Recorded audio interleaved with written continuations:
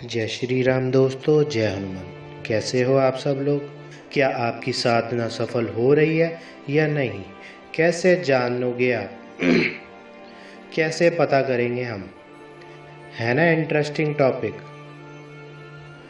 देखिए, सबसे पहली बात तो ये जो होती है ना, हम जो पूजा साधना करते हैं, जगत जननी को मनाने के लिए कर रहे हैं, सभी माता बहन कर रही हैं, ठीक है ना। तो आप सोचो कि आपकी साधना सफल हो रही है या नहीं हो रही। तो किस प्रकार के इंडिकेटरों से आप पहचान सकते हो? तो आज मैं इस वीडियो में आपको बताऊंगा कि कैसे इंडिकेटर्स होते हैं जो अनुभव आपको होगा, जिससे स्वयं आप पहचान सकते हो कि आपकी साधना सफल हो रही है। क्योंकि देखो, भगवान के प्रति, माँ दुर्गा के प्रति आपका जो संपूर्ण है, जो संपन्न है, वो आपकी साधना में झलक जाएगा। और अगर आपको मेरी वीडियो अच्छी लगे तो मेरी वीडियो को लाइक कीजिए और मेरे चैनल को सब्सक्राइब कर देना।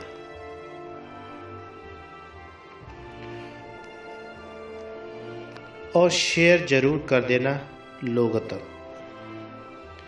ताकि वो भी समझ सके कि साधना के क्षेत्र में अगर वो कार्य कर रहे हैं या माँ को कुछ माँ की जो ऊर्जा प्राप्त करने की कोशिश कर रहे हैं।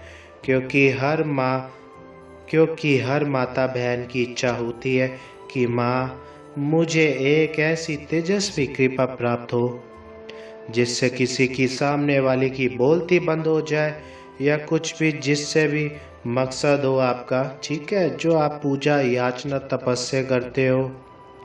और माना जाता है कि भगवान के प्रति कड़ी भी पूजा याचना तपस्या कभी भी किसी भी व्यक्ति की व्यर्थ नहीं होती। तो ऐसी अवस्थाओं में जो भगत लगातार साधना करते हैं, तो उनको जो रिजल्ट है ना, उनको प्राप्त होता है, और ठीक है, उनका हौसला बहुत ज़्यादा बढ़ता है, जिससे वह अपनी पूजा को और भी बढ़ा सके। तो सबसे पहले अनुभव ऐसा होता है कि जब कभी भी हम माँ की पूजा करते हैं, तो माँ का जब भी आप कहते हैं ना कि जो बोते हैं कलश स्थापित करते हैं, कलश स्थापित करते वक्त आपके मन में खुशी तो बहुत होती है, और वहाँ पर अगर जो अच्छी हरियाली से उत्पन्न हो जाए, अच्छी हरियाली से मान लो कि खिलकर अच्छे तरीके से एक एक दाना फूट रहा है, तो माँ इस नवरात्रि आपसे प्रसन्न है और आपकी करी हुई पूजा सफल हो रही है। आपकी करी हुई पूजा सफल हो रही है। जो माँ के प्रति आपने भाव प्रकट करे हैं, उन भावों से शक्ति रूपेण दुर्गा माँ आपके ऊपर कृपा करेगी। देखो, जो ये अनुभव जो है ना, कई भक्तों के मन में ये होगा, देखो, आस्था एक ऐसा विषय है जो भगवान ने भक्तों के लिए बनाया है। जब भगत की विश्वास माँ दुर्गा के प्रति होता है और वो अपनी आप को माँ दुर्गा के प्रति समर्पित कर देते हैं, तब माँ उन्हें अनुभव देती है। अलग अलग प्रकार के ऐसे प्रकार के अनुभव देती है। जैसे कि आपको पता है कि हमारी आँखें, हमारी नाक, हमारी मुख, हमारे कान, ये ज्ञान इंद्रियाँ होती है। पंच तत्व ज्ञान इंद्रियाँ हैं, समझ गए ना। ये 5 ज्ञान इंद्रियों में ये कब हमारी ज्ञान इंद्रियाँ जब जागृत होती है, जब हम अपने इष्ट की लगातार आराधना करते हैं, लगातार पूजा करते हैं, उनका नित्य नियम तुरंत जाप बनाकर कार्य करते हैं, तब हमारी ज्ञान इंद्रियों में प्रकाश में ज्योति उत्पन्न होती है, जो हमें हर प्रकार के इंडिकेटरों से अनुभव कराती है। अब इस प्रकार का आपको अनुभव प्राप्त हो रहा है, तो ये अनुभव आपके लिए बहुत महत्वपूर्ण है। ये बात इसको आप नोट कर लीजिए अपने जीवन में। आपके लिए बहुत ज़्यादा महत्वपूर्ण चीज़ें हैं जो मैं आपको बता रहा हूँ। आप अपनी साधना, अपनी पूजा में सफलता के जो रास्ते हैं, फिर आप अपने नवरात्रि के व्रत रखे हैं। व्रत रखने में आपको भूख ही ना लगना और शरीर के अंदर किसी भी प्रकार का एनर्जी लॉस ना होना सबसे बड़ा इंडिकेटर है। और आप अपने व्रत रखे भोजन के प्रति आप लालसाई ही है ही नहीं। आप माला जाप, मंत्र जाप, दुर्गा सप्तशी के पाठ, पूजा नित्य नियम बना करके जो पूजा, याचना, तपस्या लगातार रेगुलर जो आप कर रहे हो, आपने शरीर के अंदर एक ऊर्जा समा गई है। माँ के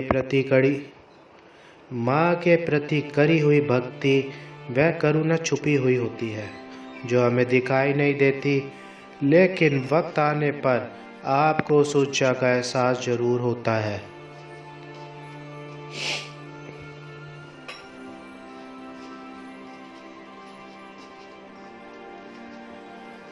जब ऐसी स्थिति हमारे साथ होती है तो आप सोच के देखिए कि हमारे शरीर के एक एक अंग में जागरूकता आ चुकी है। तो पूजा के दौरान कई प्रकार के इंडिकेटर्स भी हमें प्राप्त होते हैं जिन्हें हम नज़रअंदाज कर देते हैं, जिन्हें हम समझते नहीं हैं कभी भी। अब जैसे कि भोजन में भूख ना लगना, ये कहाँ से है? मान लो आपके शरीर के अंदर एक शांति आ गई है, जो आपका जो है ना वो खिंचाव नहीं पड़ रहा है किसी चीज़ के प्रति, कहीं माँ के प्रति रोना आना।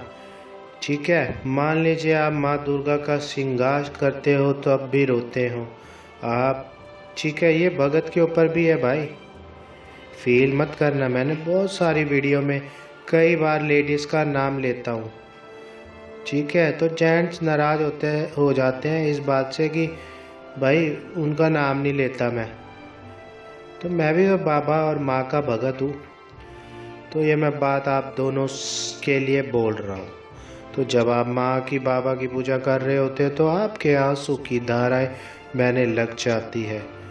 मतलब एक अंदर से एक खिंचाव आता है अपने आप, वो दिखाई बिल्कुल नहीं देता। मान लो जैसे लगता है जैसे कि मैं माँ के गले लग जाऊँ।